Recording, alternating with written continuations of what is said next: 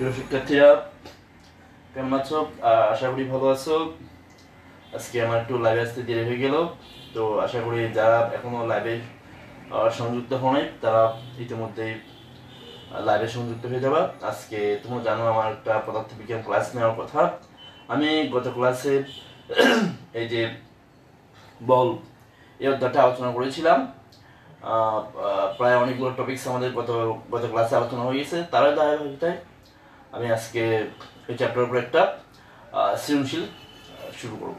ঠিক আছে, আমাদের আরও কিছু টপিক্স চ্যাপ্টারে আরও কয়েকটি টপিক্স রয়ে গেছে, এগুলো যদি আজকে আমাদের সম্ভব হয় আমরা আলোচনা করার চেষ্টা করব। ঠিক আছে, তো তোমরা সবাই বই থাকলে বই নিয়ে বসবা, বা খাতা থাকলে সামনে খাতা নিয়ে থাকবা। আমি কি বলি মন দিয়ে বোঝার চেষ্টা করবা, শোনার চেষ্টা করবা। ঠিক আছে, তো আমরা পাড়ের দিকে চলে যাই, মন দিয়ে চেষ্টা করি। আমি একটা তোমরা দেখতে পাচ্ছ বোর্ডে একটা সৃজনশীল আগে থেকে লিখে রাখছি। আমরা যে সমস্ত বিষয় টপিকস আগের ক্লাসে আলোচনা করেছিলাম ওই টপিকসগুলোর উপর কেন্দ্র করে বা ওই টপিকসগুলো নির্ভর করে একটা ছোটখাটো একটা সৃজনশীল দেওয়ার চেষ্টা করেছি। ওটা দিলে মোটামুটি আমরা কিছু জিনিস আগের ক্লাসে যে সমস্ত জিনিস শিখেছি সেগুলো আমরা প্রয়োগ করতে পারবো। তো আমি একটু সৃজনশীলটা পড়ি। যারা এখনো লাইভে যুক্ত হন তারা আশা করি যুক্ত হয়ে যাবা। আমি তোমাদেরকে আমার ক্লাস এবং বিভিন্ন স্যাররা যে সমস্ত লাইভ ক্লাস নিচ্ছে এগুলো কানেক্টেড থাকার জন্য আমি কিন্তু সবাইকে ইন্ডিভিজুয়ালি ফোন করেছি। তারপরেও যারা যুক্ত হচ্ছ না তাদেরকে বলবো তারা খুব তাড়াতাড়ি যুক্ত হয়ে যাও, ক্লাসগুলো মিস করিও না। কারণ স্যাররা বিভিন্ন গুরুত্বপূর্ণ ক্লাস নিচ্ছেন। তো আমি আর কথা না বাড়িয়ে আমরা আমাদের সৃজনশীলটার দিকে চলে যাই। আমি প্রথমে উদ্দীপকটা পড়ি।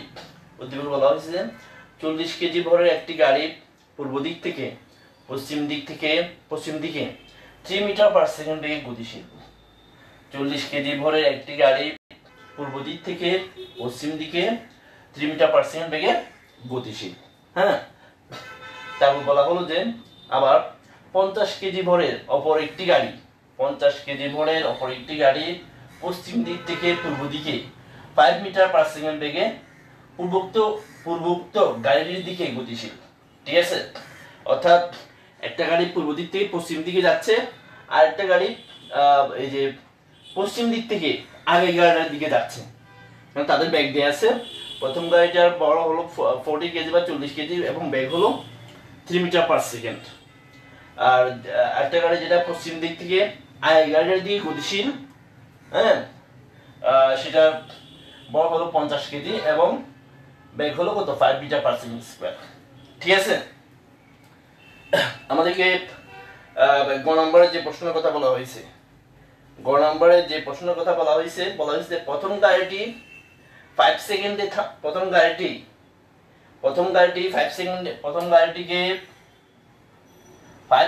থামাতে হলে কত বল প্রয়োগ করতে হবে, এটা হলো গ নম্বরের প্রশ্ন।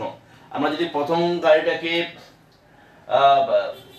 5 সেকেন্ডে থামাতে চাই তাহলে কত বল প্রয়োগ করতে হবে। শিক্ষার্থীদের উদ্দেশ্যে বলছি, যারা দেখছো লাইভে তারা কিন্তু থেকে লাইভ ছেড়ে চলে যাবে না, তাহলে আমি কি বলি কি বোঝাতে চাই এটা কিন্তু তোমরা বুঝতে পারবে না।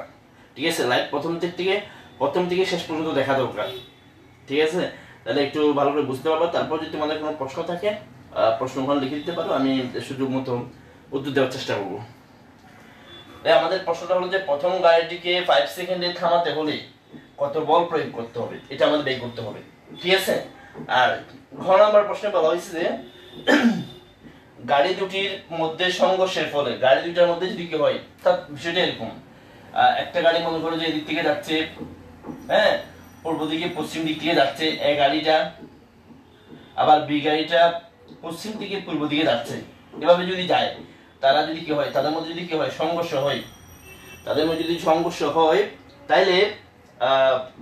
বলছে যে কি গাড়ি দুটি একটি বস্তুতে পরিণত হবে। সংঘর্ষ হওয়ার ফলে একটা গাড়ি হয়ে যায় একটা বস্তুতে পরিণত হয়ে যে কোনো দিকে চলতে শুরু করবে, যে কোনো নির্দিষ্ট দিকে। সেটা এদিকে হইতে পারে অথবা এদিকে হইতে পারে, সেটা আমরা অঙ্ক করার পর বুঝতে পারবো কোন দিকে আসলে চলতে শুরু করবে। আশা করি খেয়াল করতেছো। তাহলে আমাদের ঘ নম্বর প্রশ্ন হলো দেখি, গাড়ি দুটির মধ্যে সংঘর্ষের ফলে গাড়ি দুটি একটি বস্তুতে পরিণত হলে, এই যে একটা গাড়ি যদি এদিক থেকে আসে পূর্ব দিকে পশ্চিম দিকে, আরেকটা যদি পশ্চিম থেকে পূর্ব দিকে যায়, তাদের মধ্যে একটা কি হবে? সংঘর্ষ হবে। তাদের মধ্যে একটা সংঘর্ষ হবে। সেই সংঘর্ষের ফলে গাড়ি দুটো যদি কি হয়, একটা বস্তুতে পরিণত হয়, একটা বস্তুতে পরিণত হয়ে চলতে শুরু করে, হ্যাঁ, সেক্ষেত্রে বেগ কত হবে? একটা বস্তুতে যে পরিণত হবে, ওই গাড়িটা বা ওই গাড়ি দুটার বা একটা বস্তুর বেগটা কত হবে এবং সেটা কোন দিকে হবে, সেটা কোন দিকে হবে, এই এই বিষয়টা আমাদের নির্ণয় করতে হবে। ঠিক আছে, তো আমরা শুরু করি। আমার দিকে বোর্ডে যেহেতু জায়গা নেই, আমি এটা মুছে দিচ্ছি। তোমরা ইচ্ছা করলে স্ক্রিনশট নিয়ে তোমরা এটা খাতা লিখে নিতে পারো বা স্ক্রিনশট নিয়ে তোমাদের কাছে রাখতে পারো। হ্যাঁ, আমি মুছে দিচ্ছি। শুধু দীপকটা দিকে থাকলে থাক, বা এটাও মুছে দিব, এটা আমাদের আসলে বিশেষ একটা প্রয়োজন নাই।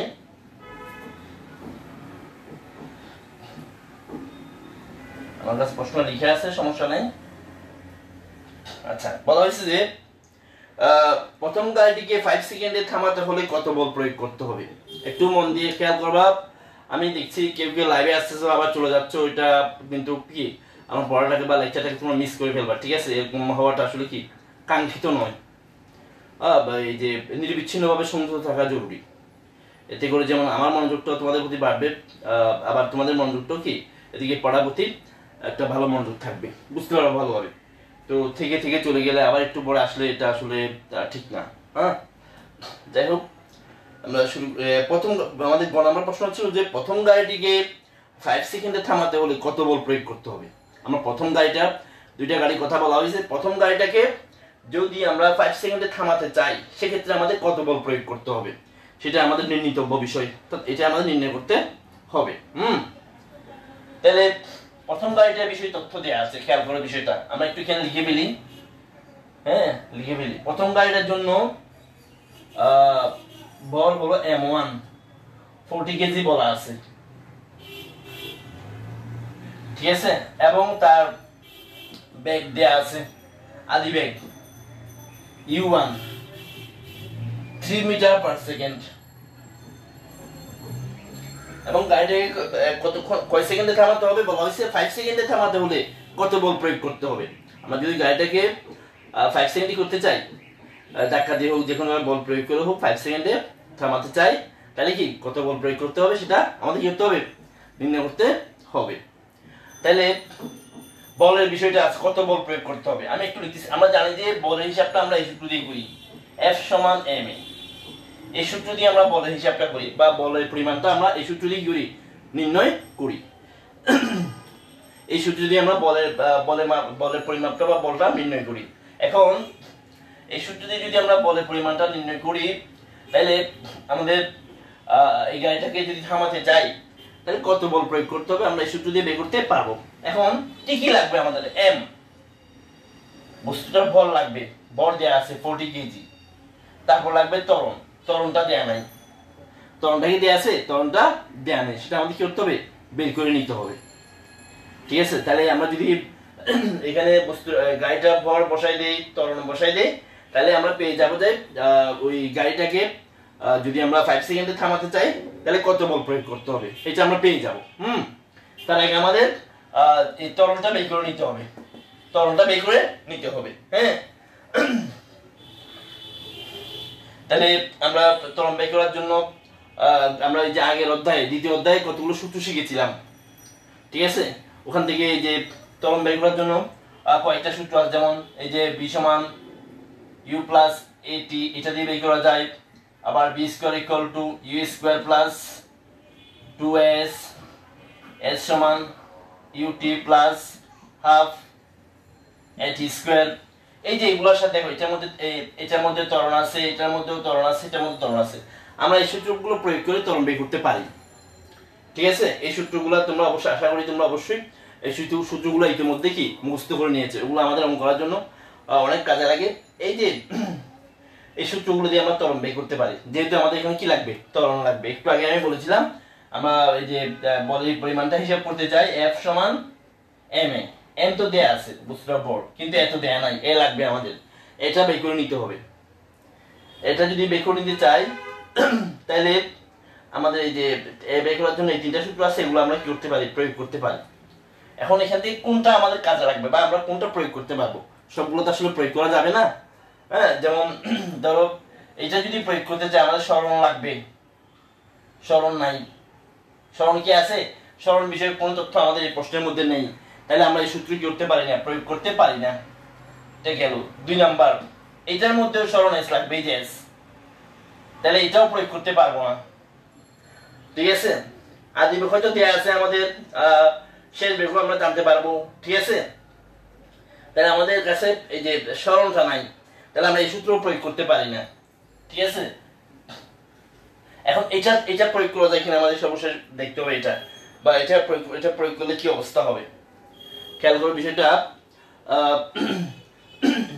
এখন এটা প্রয়োগ করা যায় কিনা, আমাদের বলা হয়েছে 5 সেকেন্ডে থামাতে হবে, তাহলে টি দেয়া আছে। তারপরে গাড়িটা কত বেগে চলতেছিল, 3 মিটার পার সেকেন্ড বেগে চলতেছিল, তাহলে ইউ দেওয়া আছে। এখন বলা হয়েছে গাড়িটা কি করতে হবে, থামাতে হবে। গাড়িটা যেহেতু থামাতে হবে, আমরা অবশ্যই বলতে পারি কি, এই যে শেষ বেগ v1 সমান কি 0। গাড়িটা যেহেতু কি থেমে যাবে, এর কি শেষ বেগ থাকবে না। ঠিক আছে, তাহলে আমরা দেখো তো এই সূত্র প্রয়োগ করে আমরা এটা বের করতে পারবো, বের করতে পারবো কিনা এই সূত্র প্রয়োগ করে। যেহেতু আমাদের কি শেষ বেগ দেয়া আছে, আদি বেগ দেয়া আছে, ভরও দেয়া আছে। এখন দেখো এগুলোকে আমি 1 দিয়ে লিখি, প্রথম বস্তুটার জন্য 1 দিয়ে লিখি। এই প্রথম বস্তুটার জন্য 1 দিয়ে লিখলাম, ত্বরণটাকে আমরা 1 দিয়ে লিখি প্রথম বস্তুটার জন্য। যেহেতু এই ওয়ানগুলো ব্যবহার না করলেও হতো, এই সার্ভিসগুলো ব্যবহার না করলেও হতো, আমরা বুঝতে পারতাম। তাহলে আমরা এখানে বের করি v1, যেহেতু বস্তুটা থেমে যাবে শেষ বেগ 0 হবে, শেষ বেগটি কি হবে, 0 হবে। আমরা জানি যে কোনো বস্তু থেমে গেলে তার শেষ বেগ কি হয়, 0 হয়। তাহলে আমরা 0 বসাই দিই। হ্যাঁ, 0 বসাই নিলাম। u1 3 মিটার পার সেকেন্ড, 3 দেয়া আছে, আমরা শুধু 3 লিখি, একক না লিখি। একক লিখলে লেখাগুলো এখানের মধ্যে হিজিবিজি হয়ে যাবে। আমরা যখন সর্বশেষ লাইনে যাব বা উত্তর লিখবো, তখন আমরা একগুলো দিয়ে নিব, একগুলো লিখে নিব। ঠিক আছে, তাহলে u1 3 পেলাম। তারপরে a1 তো আমরা বের করব। তারপর টি, ঠিক আছে, টিটা আমাদের বলা হয়েছে কত সেকেন্ড পরে থামাতে হবে বস্তুটাকে, কত সেকেন্ডের মধ্যে, 5 সেকেন্ডের মধ্যে। তাহলে টির মান হলো 5 সেকেন্ড। আমরা টির মানটা 5 সেকেন্ড লিখে নিই। টির মানটা হলো কত, 5 সেকেন্ড। ঠিক আছে, টির মানটা তাহলে 5 সেকেন্ড দিয়ে নেই।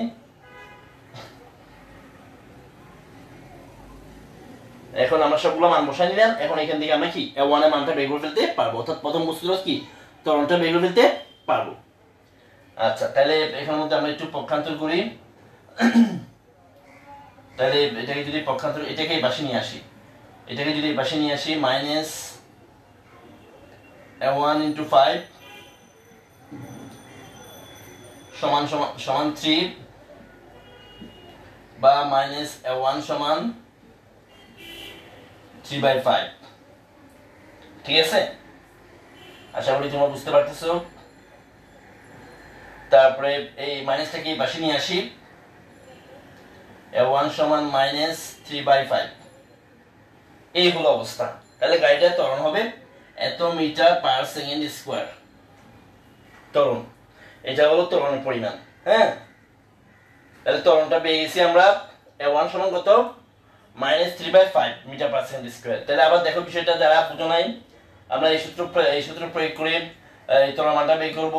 v1 হলো গাড়িটার শেষ বেগ, যেহেতু গাড়িটা থেমে যাবে, গাড়িটার জন্য v1 এর মান কত হবে, 0 হবে। হ্যাঁ, তারপরে a1 মানে হলো আদি বেগ, গাড়িটা 3 মিটার পার সেকেন্ড বেগে চলছিল, তাহলে তার জন্য আদি বেগ হবে 3 হবে, 3 মিটার পার সেকেন্ড। আর a1 মানে ত্বরণ, যেটা আমরা বের করব, নির্ণয় করব। হ্যাঁ, আর টি হলো দেখি আমাদেরকে বলা হয়েছে গাড়িটাকে কি 5 সেকেন্ডে থামাতে হবে। কত সেকেন্ডে থামাতে হবে, 5 সেকেন্ডে থামাতে হবে। তাহলে টি এর মান 5। তাহলে আমরা মানগুলো বসাই দিলাম। যেহেতু আমাকে a1 মান বের করতে হবে, আমি কি করলাম, এটাকে এই পাশে নিয়ে আসলাম, এই রাশিটাকে এই পাশে বাম পাশে নিয়ে আসলাম, পক্ষান্তর করলাম। পক্ষান্তর করার পরে এই যে 5টা দিয়ে কি করলাম, 5টা যেহেতু এখানে গুণ আছে, এই পাশে ভাগ হয়ে যাবে। আমরা জানি 5টা যেহেতু এই পাশে কি আছে, গুণ আছে, এটা কি হয়ে যাবে, ভাগ হয়ে যাবে। এই যে ভাগ হয়ে গেল, 3/5, এই যে মাইনাস আছে মাইনাসটা এই পাশে চলে আসবে। আমরা জানি উভয়পক্ষে যদি আমরা -1 দিয়ে গুণ করি মাইনাসটা এই পাশে চলে আসবে। এখন ত্বরণের মান আমরা পেলাম যে -3/5 মিটার পার সেকেন্ড স্কয়ার, এর মান আমরা পেয়ে গেছি। এখন আমরা আমাদেরকে বলা হয়েছে কি বলের পরিমাণ হিসাব করতে, এই যে বল F = ma, তাহলে আমরা বল লিখি, বল প্রয়োগ করতে হবে, বল প্রয়োগ করতে হবে F = m1 a1 লিখি, হ্যাঁ লিখলাম। তাহলে m1 বলের পরিমাণ 40 কেজি, আমরা আগে কি এই যে প্রশ্নের মধ্যে আছে প্রথম বস্তুটার ভর 40 কেজি, 40 লিখলাম। তারপর ত্বরণের মান কত দেয়া আছে -3/5, ঠিক আছে, এই যে বসাই নিলাম। এটা m1 এর মান আমরা একটু আগে যেটা বের করছি, এই যে এটা বসাই নিলাম। তারপর এখানের মধ্যে কাটাকাটি করা যায়, এটা কত হবে, এটার সাথে এটা কাটতে পারি আমরা, 5 × 40, 3 × কত 24, একটা মাইনাস হবে, এই যে মাইনাসটা আছে মাইনাস হবে, -24 নিউটন। তাহলে গাড়িটাকে যদি থামাতে হয় তাহলে কত 24 নিউটন বল প্রয়োগ করা লাগবে। একটা মাইনাস আসছে, মাইনাসটা এই জন্য আসছে বলটা গাড়িটার গতির বিপরীত দিকে অর্থাৎ বেগের বিপরীত দিকে প্রয়োগ করতে হবে, তাহলে বস্তুটাকে থামানো যাবে, গাড়িটাকে থামানো যাবে। তা মাইনাস আসার উদ্দেশ্যটা কি, যে গাড়িটাকে তার গতির বিপরীত দিকে বল প্রয়োগ করে থামাতে হবে, সেজন্য একটা মাইনাস আসছে। আশা করি বিষয়টা বুঝতে পারছো। তাহলে গাড়িটাকে যদি আমরা 5 সেকেন্ডে থামাতে চাই তাহলে 24 নিউটন বল প্রয়োগ করতে হবে, যেটা হবে গাড়ির গতির বেগের বিপরীত দিকে, সেজন্য একটা মাইনাস চলে আসছে। হ্যাঁ, আশা করি সবাই একটু বুঝতে পারছো। তাহলে আমি এগুলো একটু মুছে দিই। এরপরে ঘ নাম্বারে বলা হয়েছে যে গাড়ি দুটি যদি কি হয়, এই যে চলার পর একটা সংঘর্ষ হয়, গাড়ি দুটি চলার সময় যদি কি হয় সংঘর্ষ হয়, তাহলে গাড়ি দুইটা একটা বস্তুতে পরিণত হয়, গাড়ি দুইটা একটা বস্তুতে পরিণত হয় কি চলতে শুরু করে। কথাটা খেয়াল করো বিষয়টা, গাড়ি দুইটা কি একটা আমরা জানি যে একটা পূর্ব দিকে পশ্চিম দিকে যাচ্ছে, আর একটা পশ্চিম দিক থেকে কি পূর্ব দিকে আসছে, পরস্পরের দিকে আসতেছে, ঠিক আছে।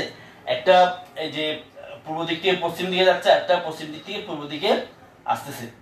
আসার ফলে তাদের মধ্যে কি হয়েছে, সংঘর্ষ হয়েছে, সংঘর্ষ হয়ে একটা বস্তুতে পরিণত হয়েছে, একটা বস্তুতে পরিণত হয়ে তারা চলতে শুরু করেছে। আমাদেরকে বলা হয়েছে যে তারা যদি একটা বস্তুতে পরিণত হয়ে কি চলতে শুরু করে, সেক্ষেত্রে তাদের ব্যাগটা কত হবে এবং কি তারা কোন দিকে চলতে শুরু করবে, তাদের ব্যাগটা কত হবে, তারা কি এবং কি সংঘর্ষের পরে কোন দিকে চলতে শুরু করবে, এই বিষয়টা আমাদের নির্ণয় করতে হবে।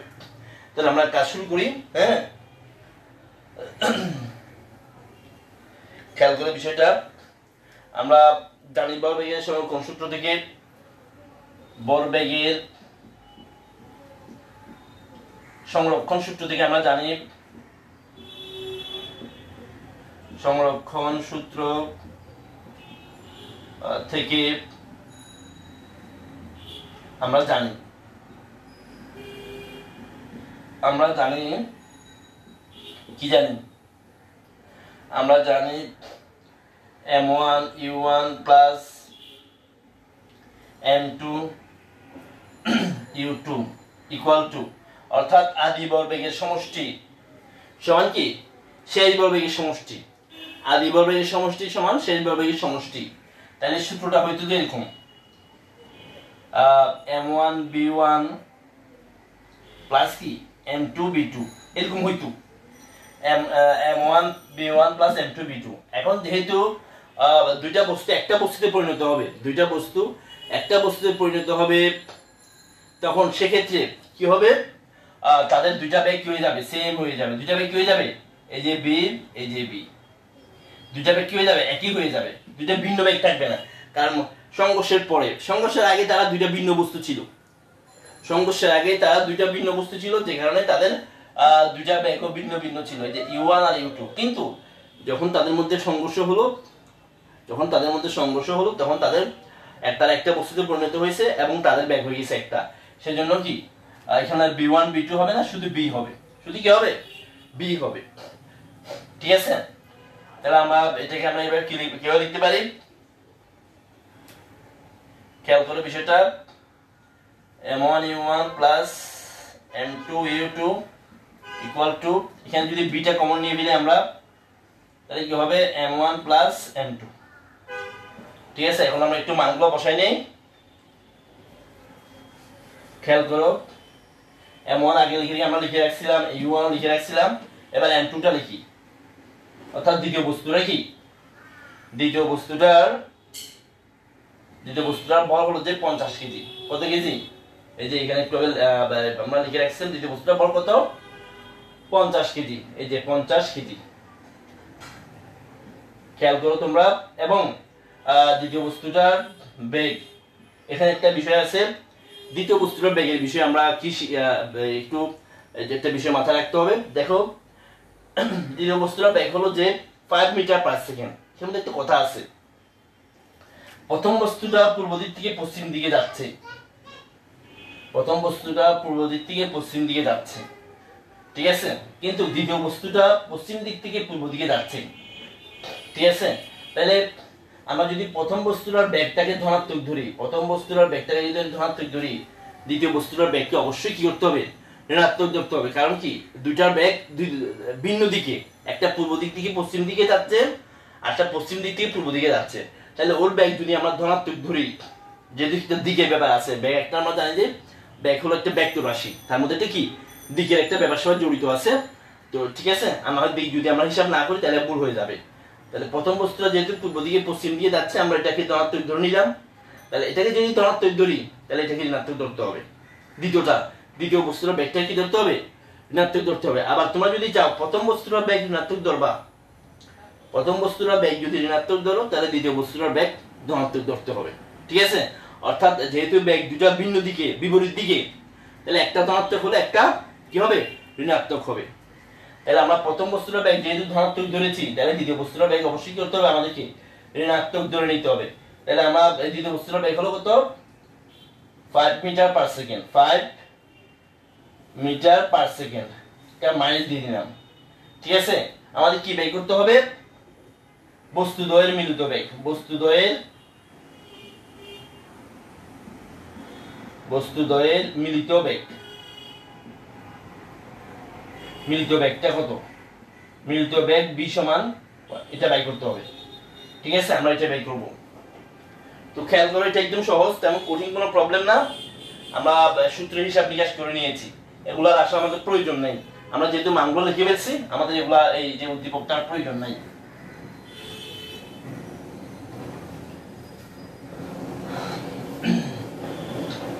ঠিক আছে, তাহলে আমরা এখন এখানের মধ্যে মানগুলো বসাই দিই, মানগুলো বসাই দিলে আমরা হিসাব নিকাশগুলো করে ফেলতে পারবো। হ্যাঁ, m1 হলো 40,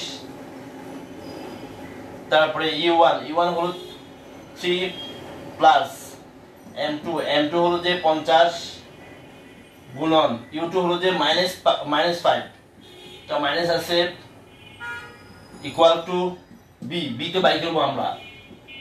তাহলে m1 হলো কত, 40, তারপরে m2 হলো কত, 50। এই যে মানগুলো বসাই নিলাম। ঠিক আছে, আমার একটা ক্যালকুলেটর লাগবে, আমি একটা ক্যালকুলেটর নেই,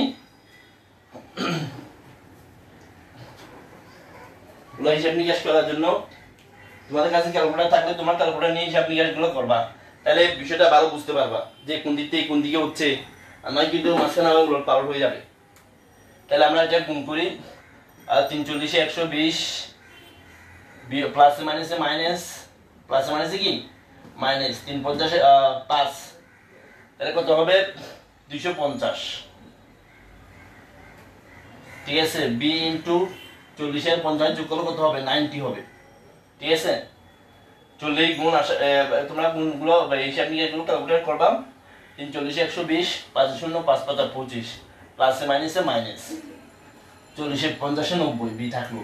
এখন এখানে বিয়োগটা আমরা করি, হ্যাঁ বিয়োগটা করি, 120 মাইনাস 250, তাহলে কত হবে, -130। Equal to 19b। ঠিক আছে, তারপরে দেখো এখন আমরা এগুলো কি করতে পারি, এই যে এই 90টা যেহেতু এখানে গুণ আছে এটা কি হয়ে যাবে, ভাগ হয়ে যাবে। এই 90টা এখানে কি আছে, গুণ আছে, এটা ভাগ হয়ে যাবে। অথবা আমরা ইচ্ছা করলে এগুলো পক্ষান্তর করে নিতে পারি, একই যেভাবে করি না কেন। এটাকে যদি এই পাশে নিয়ে আসি তাহলে এটা কি হয়ে যাবে, মাইনাস হয়ে যাবে 19b। আবার এটাকে যদি এই পাশে নিয়ে আসি তাহলে কি হয়ে যাবে, প্লাস হয়ে যাবে। ঠিক আছে, তারপর খেয়াল করো এখন এটা এই পাশে গেলে কি হয়ে যাবে, ভাগ হয়ে যাবে। এটা এই পাশে গেলে কি হয়ে যাবে, ভাগ। আমরা জানি যে এই পাশে গুণ থাকলে এই পাশে কি হয়ে যায়, ভাগ হয়ে যায়। তোমরা খেয়াল করতেছো মন দিয়ে, মন যদি খেয়াল করবা তাহলে কত হবে, -90। হ্যাঁ আমাকে তাহলে খেয়াল করি জিনিসটা। তাহলে এখন আমরা ভাগটা করে ফেলি।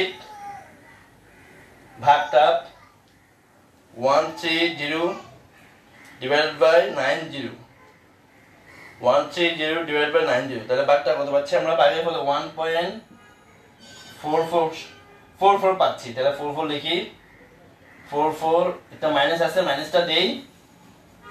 ঠিক আছে, তাহলে ব্যাক হবে যে কত, মিলিত বস্তু দ্বয়ের ব্যাক হবে যে -1.44 মিটার পার সেকেন্ড। ঠিক আছে, মিলিত বস্তু দুইটার ব্যাক হবে কি, -1.44। 4 অনেকগুলো আছে, আমি দুইটা নিলাম। ঠিক আছে, -1.44 মিটার পার সেকেন্ড মিলিত বস্তু দুইটার ব্যাক, এটাই হলো। ঠিক আছে, তাহলে আমরা মিলিত বস্তু দুইটার ব্যাক পেয়ে গেলাম। এখন একটা বিষয় এখানের মধ্যে আমাদের বলছে কি, ব্যাকটা কত, ব্যাক কত আমরা বুঝে গেছি। ঠিক আছে, এবং আমাদের বলা হয়েছিল যে ব্যাকটা কোন দিকে হবে, ব্যাকটা কি হবে কোন দিকে, অর্থাৎ সংঘর্ষের পর বস্তু দুইটা কোন দিকে চলতে শুরু করবে, চলতে থাকবে বা চলতে শুরু করবে সংঘর্ষের পর। একটা বিষয় খেয়াল করো, এই যে এখানে ব্যাকটা মাইনাস আসছে, ব্যাকটা কি আসছে, ব্যাকটা মাইনাস আসছে। আমরা দ্বিতীয় বস্তুটার ব্যাকটা মাইনাস ধরেছিলাম। দ্বিতীয় বস্তুটা কি, দ্বিতীয় বস্তুটার ব্যাকটা আমরা মাইনাস ধরেছিলাম। ঠিক আছে, তাহলে সংঘর্ষের পর বস্তু দুইটা, সংঘর্ষের পর বস্তু দুইটা, দ্বিতীয় বস্তুটা যেদিকে ছিল গতিশীল ছিল, দ্বিতীয় বস্তুটা যেদিকে গতিশীল ছিল, সংঘর্ষের পর বস্তু দুইটা একটা বস্তুতে মিলিত হয়ে ওইদিকে চলতে শুরু করবে। ঠিক আছে, আমি আবার বলছি বিষয়টা, সংঘর্ষের পর বস্তু দুইটা ব্যাগ মাইনাস পাওয়া গেছে। আমরা এই যে দ্বিতীয় বস্তুটার ব্যাগ মাইনাস ধরে নিয়েছিলাম, দ্বিতীয় বস্তুটার ব্যাগটা কি ধরে নিয়েছিলাম, মাইনাস ধরে নিয়েছিলাম।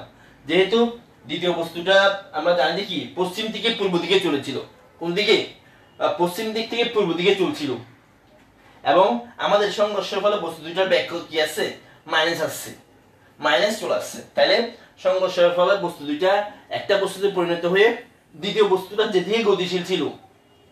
ঠিক আছে, তাহলে আমরা লিখি, যেহেতু বেগ ঋণাত্মক, বেগটা কি আছে ঋণাত্মক, বেগটা ঋণাত্মক, সুতরাং সংঘর্ষের পরে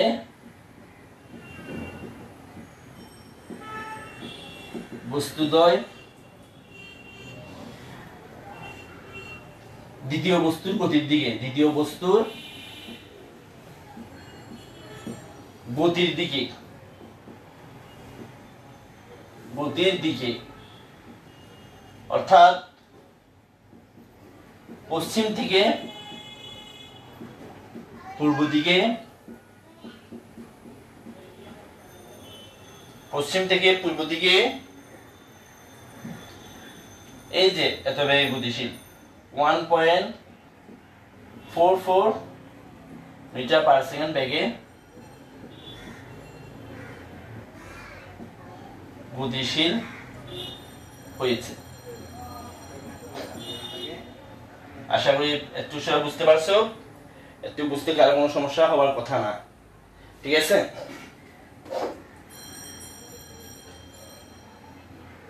তাহলে আমরা একটু বুঝে গেলাম। তারপরে তোমার যদি কোথাও বুঝতে সমস্যা হয় প্রশ্ন লিখতে পারো, প্রশ্ন করতে পারো, অথবা ভিডিওটা একটু রিভিউ করে পরে দেখলে তোমরা আবার বুঝতে পারবা। আচ্ছা, তাহলে আমরা গত ক্লাসে যতটুকু পড়েছিলাম অতটুকু আমি একটা প্রবলেম সলভ করলাম। আমি আমাদের এই চ্যাপ্টারে আরো কিছু টপিকস রয়ে গেছে, আমি আরেকটা দুটো টপিকস আজকে আলোচনা করব। আমাদের আজকে এই চ্যাপ্টারে আমরা যতটুকু আলোচনা করেছিলাম এরপরে যে টপিকস রয়েছে সেটা হলো মহাকর্ষ। মহাকর্ষ বা মহাকর্ষ বল। মহাকর্ষ তোমরা ক্লাস 8এও পড়েছো, ঠিক আছে? মহাকর্ষ তোমরা ক্লাস 8এও পড়েছো, মহাকর্ষের সূত্রটাও পড়েছো, যে একটা মহাকর্ষ বিষয়ে একটা সূত্র নিউটন আমাদের মহান গণিতবিদ নিউটন মহাকর্ষ বিষয়ে একটা সূত্র দিয়েছিল। যাই হোক আমরা সেদিকে যাবো। আগে মহাকর্ষ হলো কি? মহাবিশ্বের সকল বস্তু পরস্পরকে কি করে? আকর্ষণ করে। মহাবিশ্বের সকল বস্তু একে অপরকে কি করে? আকর্ষণ করে। এই আকর্ষণ বলকে আমরা মহাকর্ষ বলি। যে কোনো বস্তু, মহাবিশ্বের সকল বস্তু একে অপরকে পরস্পরকে কি করে? আকর্ষণ করে। এই আকর্ষণ বলকে কি বলি আমরা? মহাকর্ষ বলি, ঠিক আছে?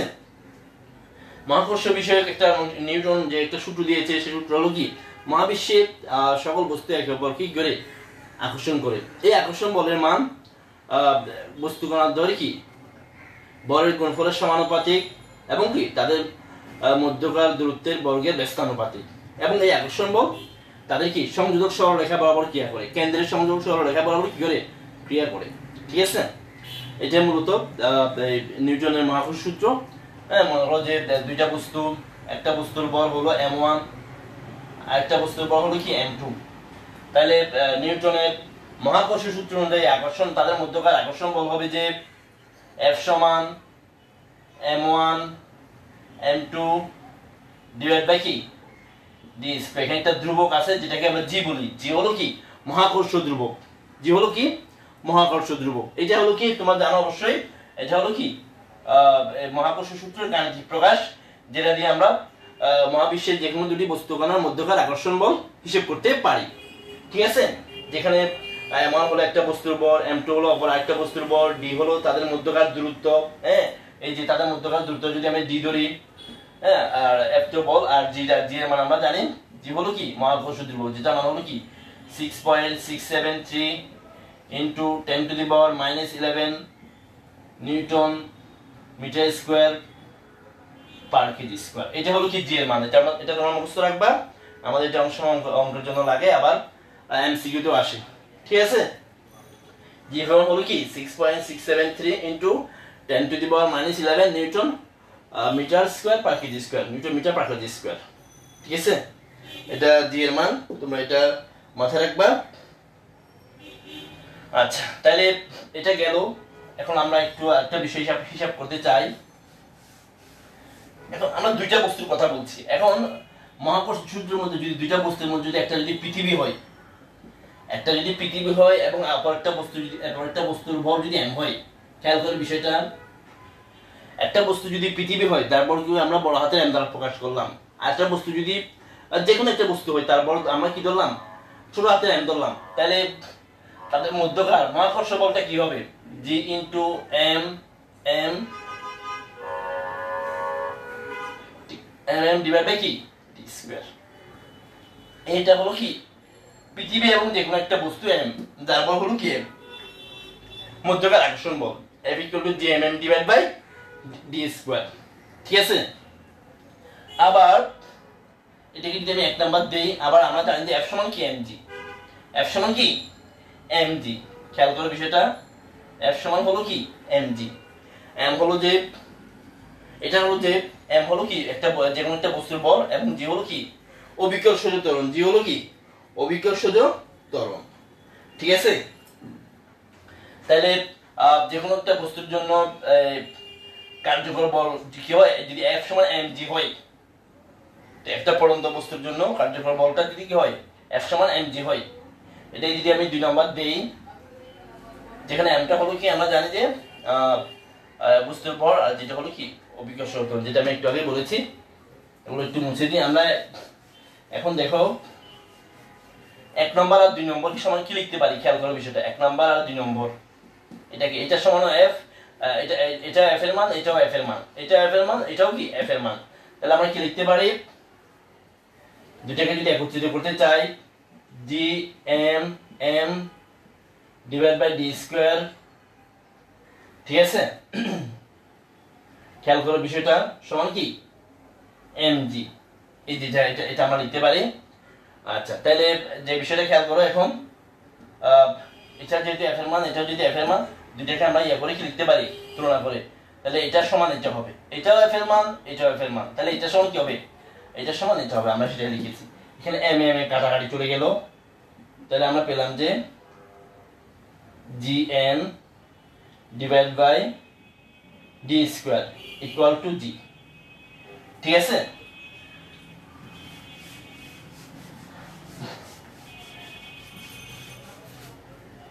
তাহলে আমরা g সমান কি লিখতে পারি, সুতরাং g সমান gn divide by d square. এই যে এটা হলো, এটা দিয়ে আমরা